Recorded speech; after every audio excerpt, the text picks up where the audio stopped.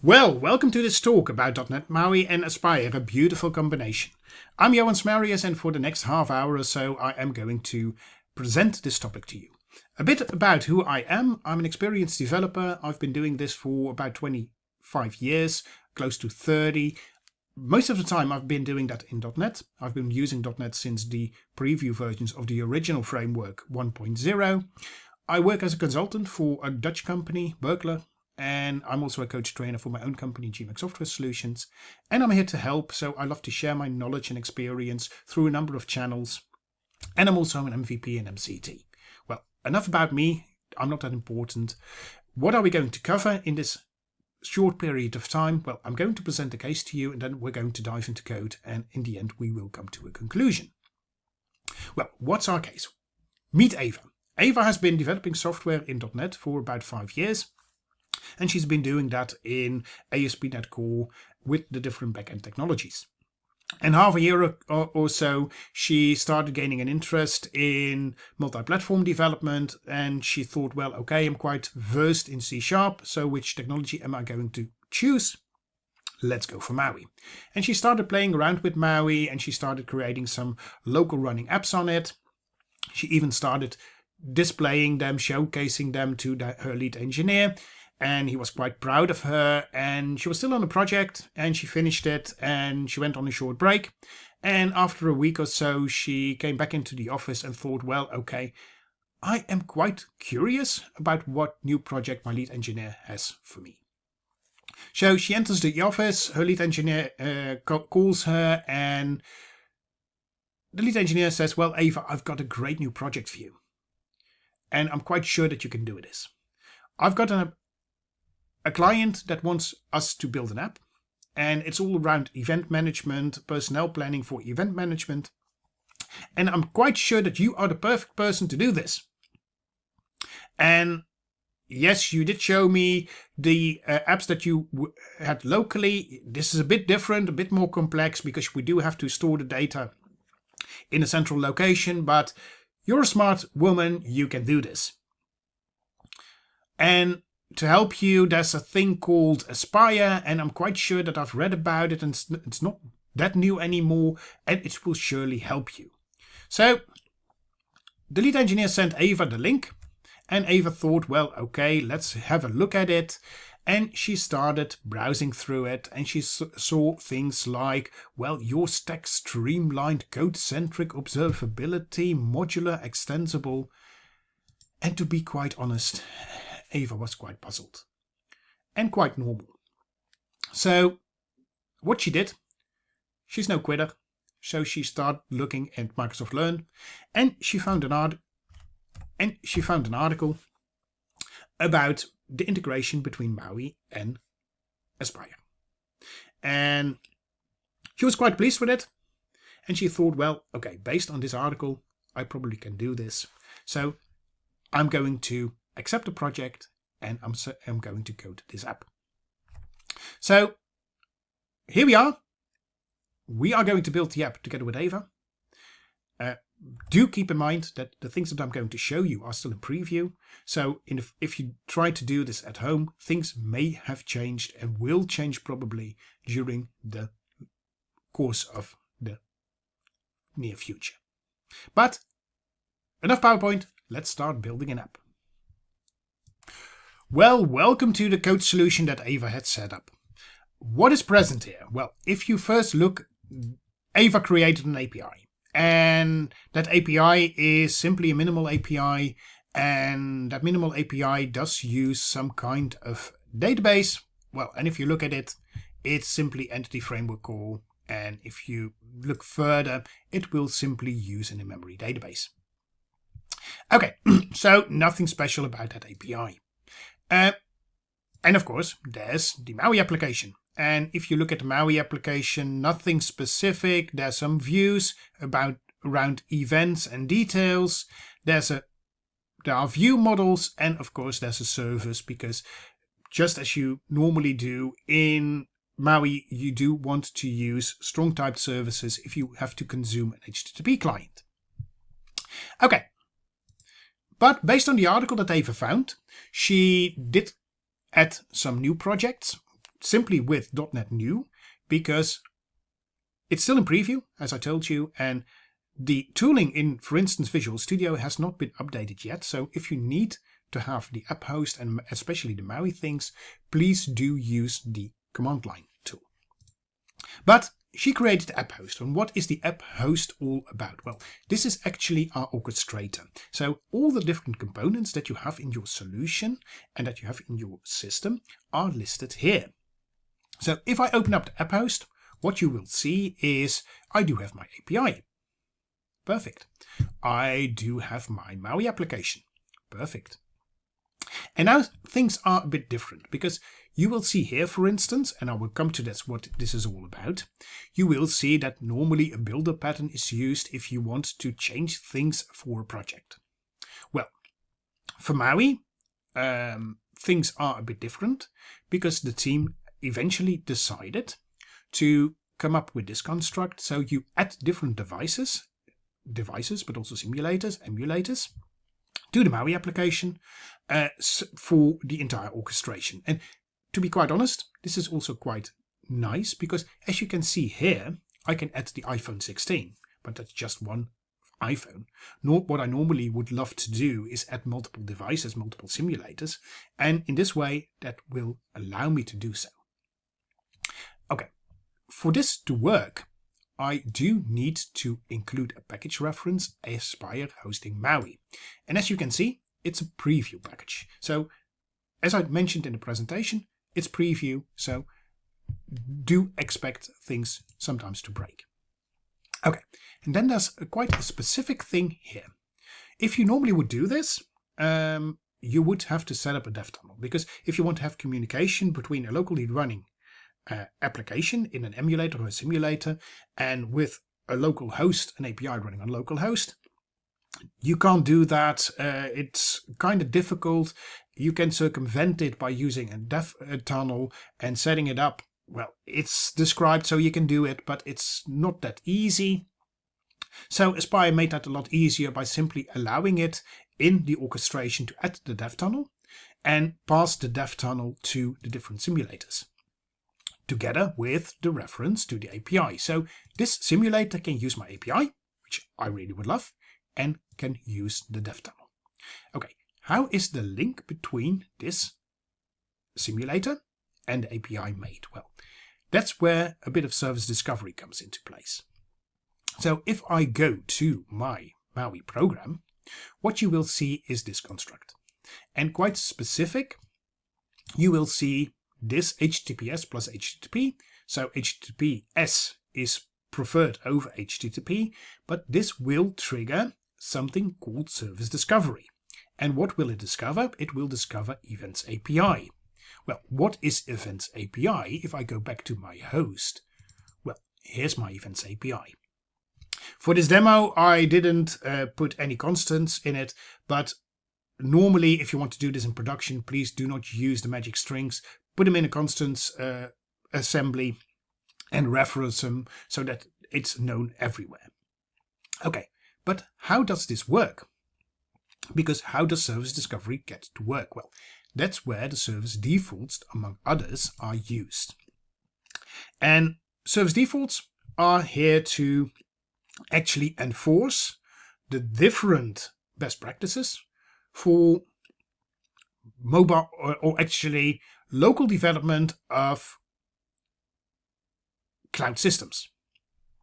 And there are two different kinds of it. The web service defaults, because if I look at it, what's in the web service defaults, you will see things like OpenTelemetry, health check. Here's my service discovery. And what you will also see is that there is a resiliency handler, so a poly implementation for the HTTP. So it will retry automatically if a certain resource is not available. Perfect. What you will also see is kind of telemetry.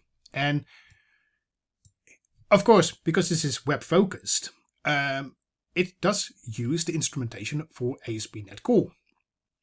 And that's why there are two different service defaults projects, because this is not, you can't compile this code to cross-platform. Therefore, we have a Maui service defaults. And if you look at that extension, well, you will see a lot of the same things. Some things are simply left out because they don't apply to a Maui application. So you do see the OpenTelemetry service discovery, the resiliency handler with service discovery, perfect. And there are some different things. Instead of the ASP.NET telemetry, you will see here at meters and at source and commented out.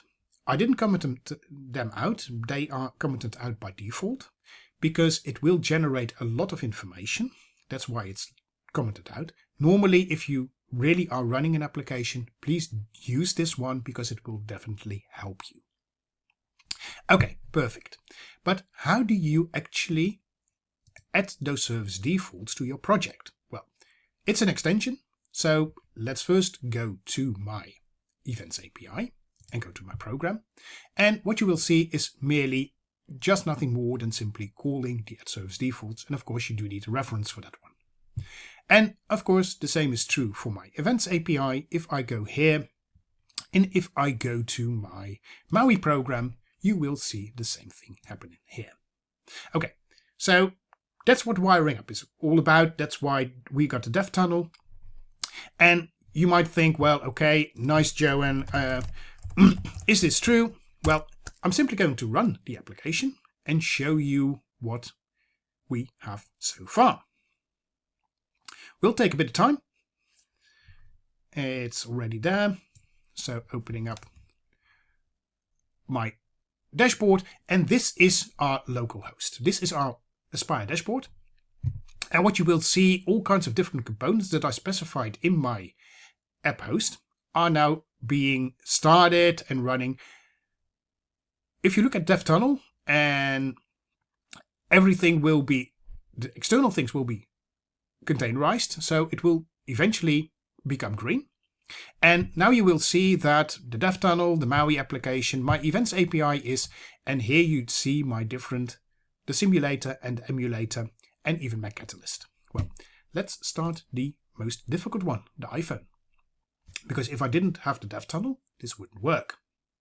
Okay, perfect. So I'm starting it up. Don't be surprised if you see here running and it's still not responding because it does take a bit of time. Well, let's see if the simulator already is running. So just wait for it a bit. You do see it now installing. It starts booting up, and welcome, if it's loading the events, welcome to our great application. Well, this is everything that we have built so far. And Ava was quite happy. She showed this to her lead engineer, and the lead engineer said, well, great, but of course I don't want that memory database. I want a decent database attached to it. Perfectly understandable. So what Ava did is simply say, well, you know what? We're going to do that. I'm going to simply add database support to it. And don't worry, this is just about git ignore that's not being applied correctly. Just wait for it. And what did Ava change? Well, Ava did change a bit around her app host. So what you will see, and it does have to build for this. What you will see is she added a SQL Server to it, and that will be running in a container on this local machine. And we do use a certain host port for that one, because I do want it to have a fixed port so that I can actually connect to it with, for instance, Visual Studio Code. And I add a database, the direct feed database. Perfect. And all I have to do is, well, actually add a reference for it to the API, because the API does need it. Okay, two things that you need to do for this to work. In the app host, you do need to add a reference to the Aspire hosting SQL Server. And in my API, I do have to add something else, because I do have to add the Aspire Microsoft Entity Framework Core.SQL Server. Because if I look at it, it's not simply add DB context. I do have to add the SQL Server DB context, passing in the context, passing in the correct connection string. And if I do that, it will be hooked up just as the API did. It will be hooked up to the database, and that now the API can start using the database. Okay, let's see if I'm correct. So I'm going to run Aspire again.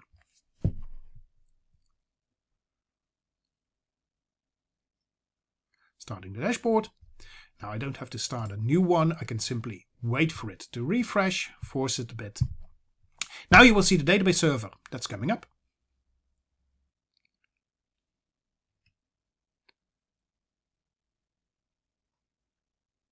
Just wait for it.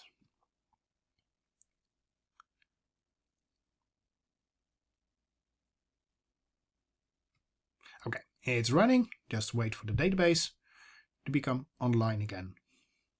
And what you can see, I've got here Podman Desktop, and if I go to the running containers, you will see that there's a container here running. Okay, perfect. So, and if I now run my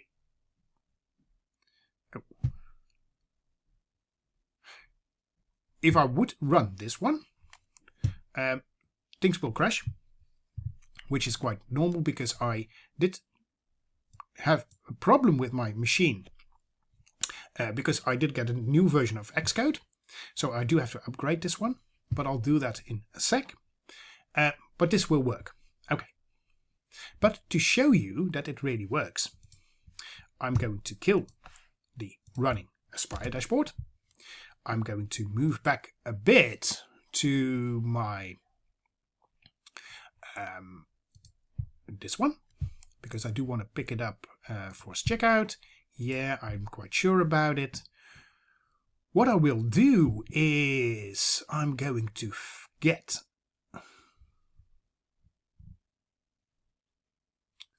cancel, simply discard all the files.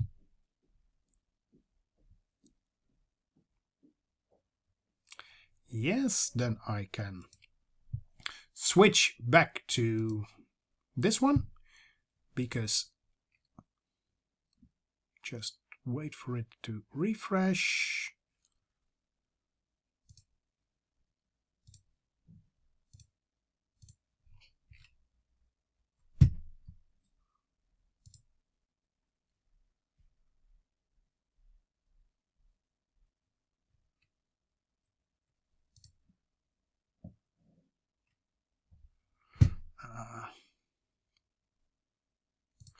Okay.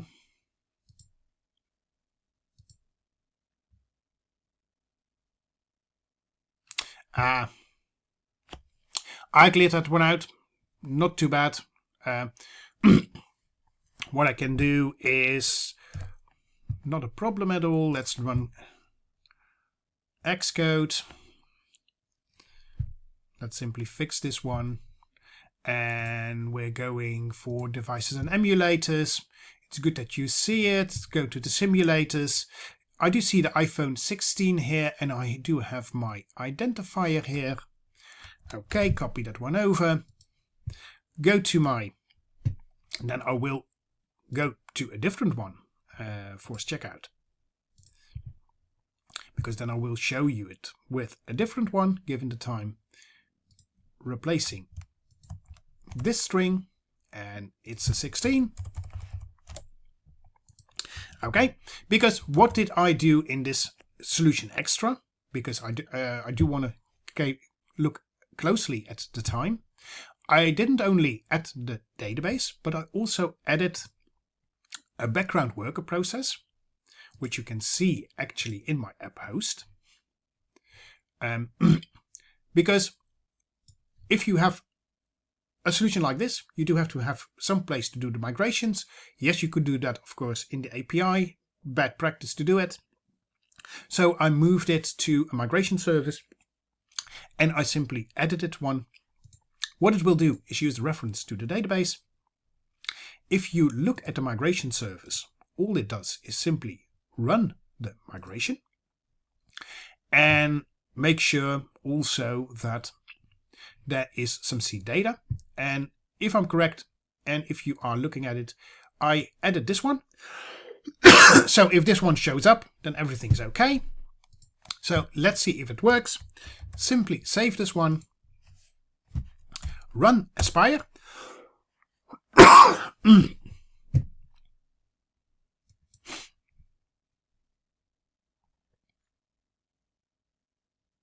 Okay, dashboard is online.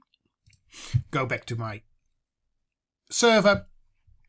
What you will see, the database server is running. It's coming up faster now because I do keep it online. You will see that the worker service is now running, the migration service. And if I look at the logging, so that's what the dashboard is quite good for, that you can actually see the console logs. You can see it logging, and this one failed to start. Let's see if that's true. This one is finished. Let's start this one.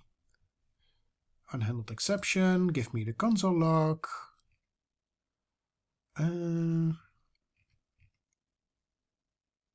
Doesn't appear to be a simulator. Well, let's double check if I did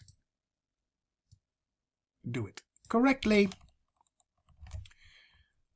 Go back to my code. Go back to my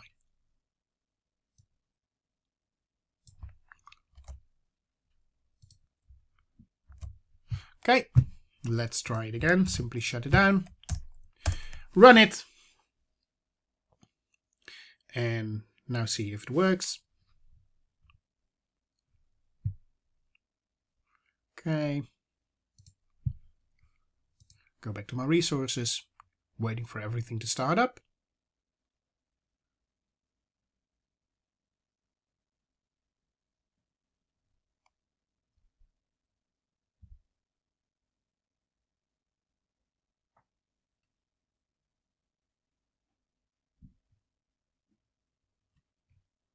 That one's finished. Let's run the iPhone. Okay, now it's running. If I go back to the simulator, you will see that it will refresh. And it will take a bit of time.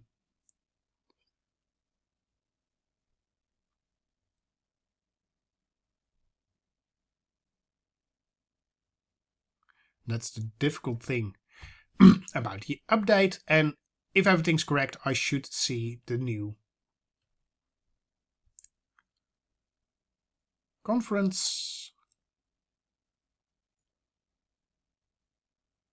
Still give it a second.